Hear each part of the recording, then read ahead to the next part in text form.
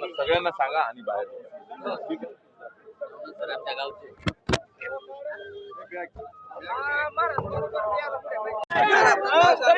मी प्राध्यापक पांडुरंग भगदुरे पाटील, छत्रपती संभाजीनगर, औरंगाबाद. तर मी मनोजदादा जरांगे पाटलाचा 5वा दिवस आहे. आमचा माणूस अन्न न खाता पाणी न पिता इथं झगडतो आहे आणि आम्ही रस्त्यावर आहोत. पण शासन किंवा कोर्ट आदेश देतं गाड्या खाली करा. सरकार द्यायचं, कोर्ट द्यायचं, हे ना पक्ष फोडता येतात. 4 पक्ष एकत्र करून सरकार बनवता येतं, सगळं जमतं.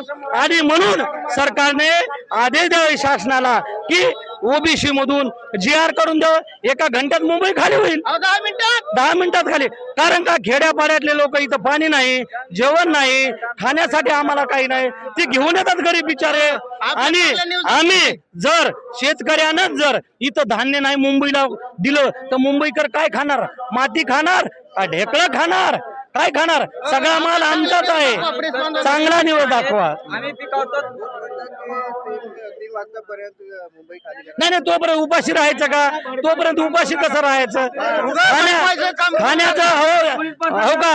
भाकरी ठेसा चपात्या पाणी प्यारा लागेल का नाही? ते सगळं लागणार आहे ना. ते खाणं झाल्याशिवाय.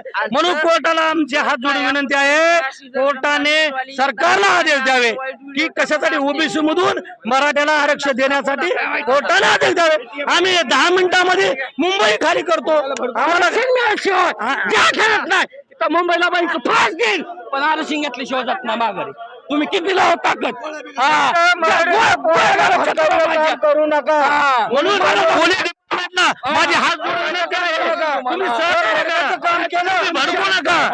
पोलीस डिपार्टमेंटला सगळे सहकार्य करतात. अतिशय शांततेत आहोत. पोलीस डिपार्टमेंट सहकार्य करा.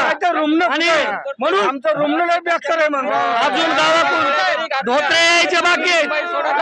मराठा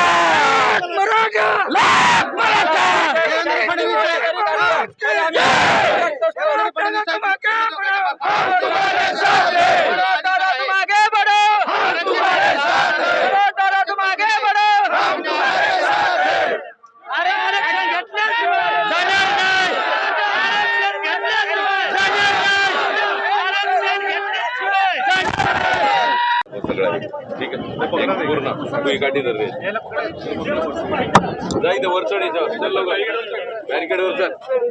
व्हिडिओ पाठवायचा आपल्याला.